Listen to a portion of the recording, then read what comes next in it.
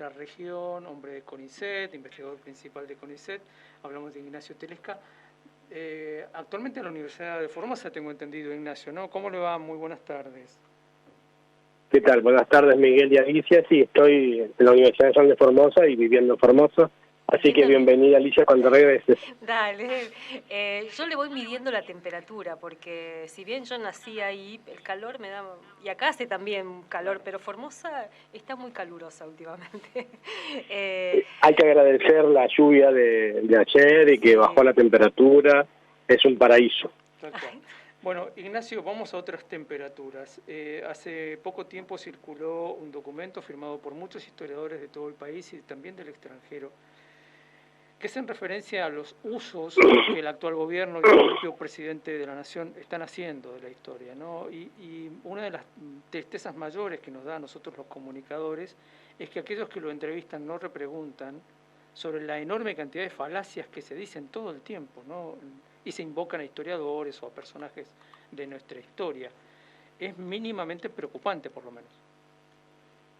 Bueno, sí, por eso justamente nos juntamos un grupo de historiadores, primero para elaborar un documento que responda a la estrategia del gobierno, ¿no? No es nuestra intención por ahora empezar a desbaratar cada una de las cosas que dice, sino que tomemos conciencia y que la sociedad también tome conciencia que por detrás de este uso de la historia hay algo más que lo anecdótico, que me gusta Juancito, no me gusta Pedrito, ¿no? Entonces ahí elaboramos el documento y creemos que bueno, que era una necesidad sentida por el colectivo, porque enseguida tuvo una adhesión muy grande y a la fecha tenemos más de 1.300 personas que adhirieron a este documento, ¿no? Esto que planteas está bueno, de correrse un poco de lo anecdótico, porque si tenemos que salir a contestar cada una de las falacias estaríamos ahí por días, ¿no? Pero ¿qué se ve?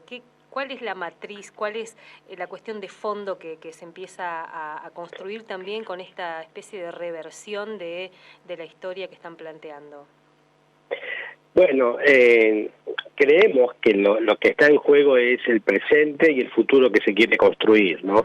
El hecho de regresar a esa etapa mítica, a esa edad de oro de fin del 19, donde Argentina era potencia mundial, es decir, todos sabemos que detrás de esa potencia mundial, pongámosle, es decir, lo que existía era una desigualdad enorme.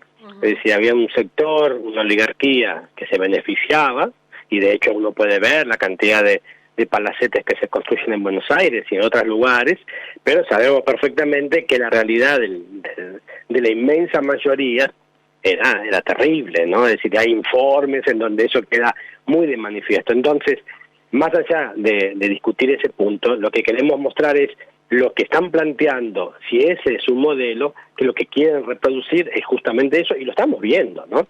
Están echando gente y se está beneficiando un sector de la sociedad que siempre quiere beneficiarse, ¿no? A costa de la pobreza de la mayoría de la población.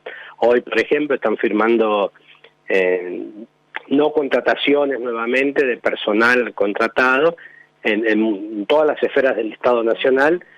Lo vimos hoy, es decir, lo que me afecta más en CONICET, hay unas 100 personas que fueron ya, le avisaron, a partir del 1 de abril usted no trabaja más. Y así en todos los organismos estatales.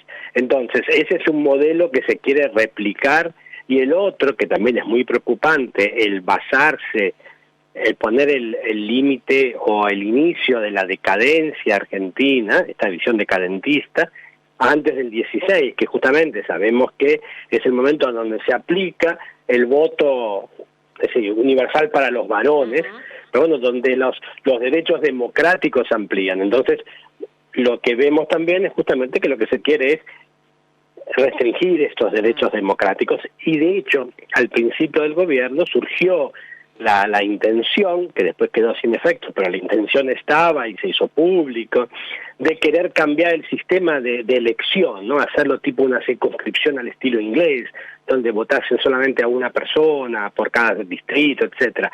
Es decir, como que hay estas intenciones, entonces lo que lo que nosotros vemos es que en el uso de la historia está una justificación de las medidas que se están tomando pensando en un futuro que replique lo que era a fines del 19. Entonces, no le interesa otra cosa que mostrarse como Argentina potencia, claro, la Argentina potencia que se beneficia un sector mínimo de la población, y cuando uno dice mínimo es mínimo, no estamos hablando de un 10%, no, estamos hablando de menos del 1% de la población a costa del resto de la población, ¿no? Entonces, eso es lo que nosotros queremos llamar la atención, y que esa es la estrategia.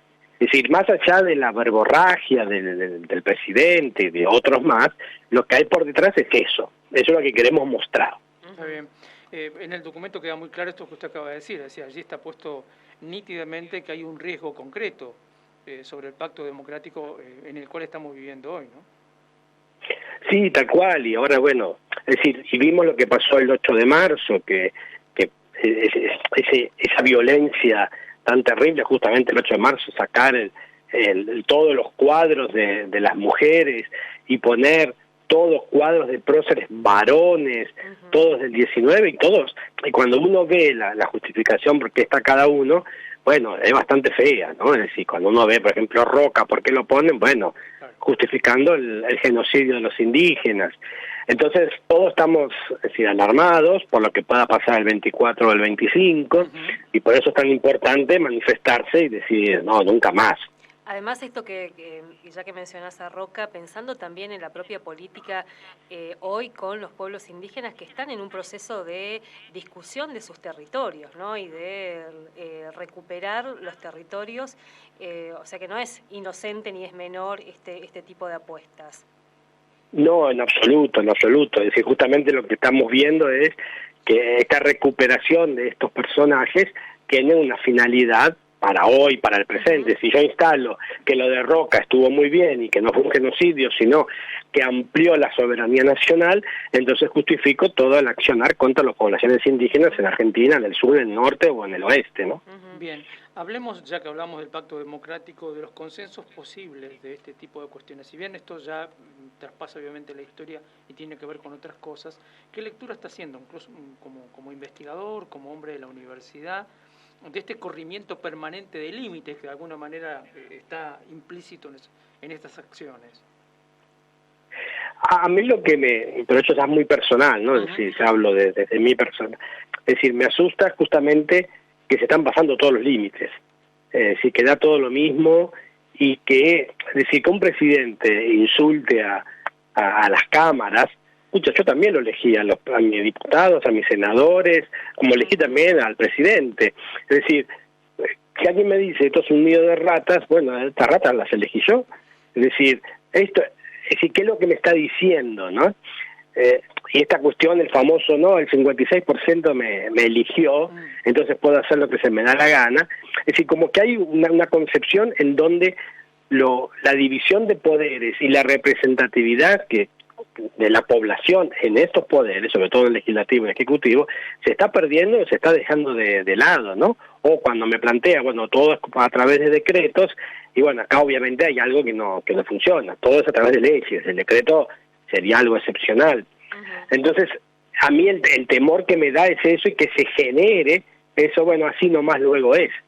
Y ahí es lo que me parece que es terrible y que tenemos que estar muy atentos, y lo que creo es que si bien al principio nos sorprendió la virulencia en general, bueno, yo creo que ya es hora de, salir a la calle y decir, bueno, hasta acá, bueno, basta, esto no.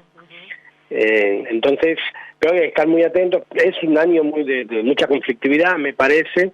Es decir, es algo muy compartido entre los colegas, que estos 3 meses fueron casi meses de, no voy a decir perdidos, sino que tuvimos que cambiar el foco. En vez de centrarnos en nuestras investigaciones, en nuestros trabajos, en nuestros escritos, estamos concentrados en lo que está pasando en el país, porque es algo muy grave. Yo puedo quedarme investigando mis temas, pero bueno, a lo mejor dentro de 6 meses ya no investigo más porque me echaron, porque no tengo más salario o porque me desfinanciaron. Entonces, me recuerdo a esa poesía de Bertolt Brecht, ¿no? Es decir, ese que al principio agarraron a unos, pero no eran los míos, o sea, hasta que al final me agarran a mí y ya es tarde. Es que la sensación Entonces, es un poco eso, ¿no? ¿Cuándo nos toca más directamente, porque el proceso de desmejoramiento de nuestras condiciones de vida ya lo estamos viendo desde el día 1, digamos. La famosa licuadora, ¿no? Sí, lo estamos viendo ahí. Me quedaba pensando un poco también en esta fecha, el 24 de marzo, y este es un gobierno que viene a disputar esa memoria y esa historia que venimos construyendo, reconociendo que somos sobrevivientes de un genocidio también, ¿no? Y este gobierno viene a disputar y a confrontar con eso. Sí, sobre todo desde el lado de la vicepresidenta, ¿no? Que ya viene desde hace mucho tiempo y militando justamente eso, y es también de instalar el famoso, bueno, acá hubo una guerra y bueno, los militares defendieron a la patria, ¿no? Es decir, olvidándose de todos las atrocidades que hicieron siendo Estado, ¿no? Es decir, siendo Estado. Entonces, claro, eso se niega, o eso se olvida, o eso se deja escondido. Entonces te dicen, no, mira, acá Juancito peleaba contra Pedrito, y bueno, ¿qué va a hacer? Fue una guerra. Entonces dicen, no, mira, hermano, acá hubo un Estado que hizo acciones que no puede nunca ser un Estado. Es decir, no son una banda de criminales, es el Estado que nos representa a todos, y bueno, hubo desapariciones, hubo torturas, hubo todo lo que, bueno, que ya sabemos, y creo que ahí donde hay que hacer hincapié en el rol que le cupo al Estado desde el 76 a la hora de lidiar con esta situación. Y yo creo, y porque, por ejemplo, Villarruel, justamente en estos días, dice, bueno, en los 70, ¿no? Claro, como diciendo en los 70, y uno habla del 71, o del 73, o del 77, da todo lo mismo. Y bueno, no es todo lo mismo. Hay que distinguir, bueno, de qué estamos hablando cuando hablamos de los 70, por ejemplo. Entonces, por esos debates hay que darlos, hay que conversarlos, no hay que dejarlos solo para especialistas, hay que trabajarlos en el aula, en las clases, y también en el café, es decir, dar el diálogo y decir, bueno, es decir, discutamos esto. Además, hablas de Villarroel y me parece interesante también mirar a través de ella a qué sector representa y ir un poco más allá, ¿no? Cuando decimos la dictadura cívico-militar empresarial, bueno, ¿cuál es ese sector que otra vez está aquí en el poder, profundizando el saqueo, llevándose nuestros recursos y generando estas condiciones de vida? Sí, tal cual, justamente muchas veces criticamos cuando escuchamos hablar de anarcocapitalismo o neoliberalismo. Es decir, bueno, esto se viene repitiendo desde hace muchas décadas, ¿no? Es decir, ni siquiera no solo con Menem, no solo con la dictadura, sino justamente podemos irnos más para atrás.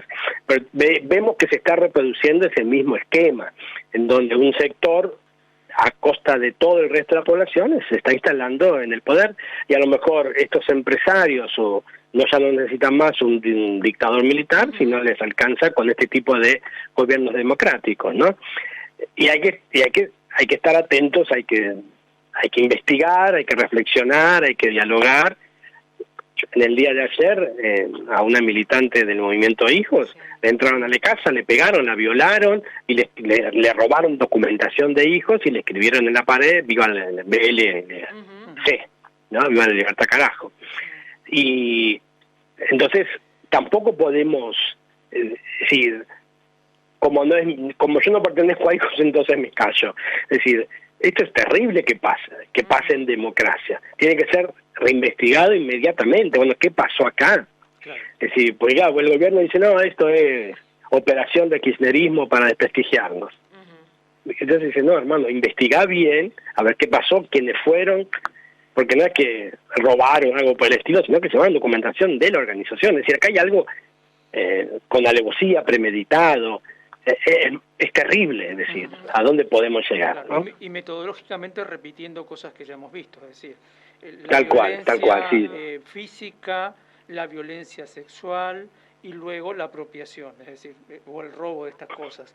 Esto lo hemos visto muchas veces. Ahora, la pregunta que al menos es la última que voy a hacer, tiene que ver con esto de la agresión, ya que estamos hablando de agresión. El presidente, usted lo me decía hace un ratito, ha agredido a grandes mayorías. Si uno nota o al menos desespera un poco, la quietud que todavía parece existir, o por lo menos relativa quietud o relativa tranquilidad, en un país que no se caracterizó nunca ni por la calma ni por la tranquilidad frente a este tipo de cosas. Ahí sí me parece que hay un quiebre en relación a otras situaciones. Sí, no, y yo comparto con vos, creo que hay algo que nos está inmovilizando o nos estuvo inmovilizando y ahora estamos agarrando nuevamente el ritmo. Creo que la manifestación del 8M de las mujeres fue muy emblemático, fue muy importante. Es decir, uno dice, bueno, por acá es, creo que fue mucho más, es decir, a mi criterio, por supuesto se puede dialogar y discutir, pero creo que fue mucho más importante la movilización del 8M que la del paro general, ¿no? Creo que fue clave y bueno, y ahora el domingo es una oportunidad también para decir, hay que salir a la calle y decir, bueno, acá basta, es decir, nunca más y no podemos permitir.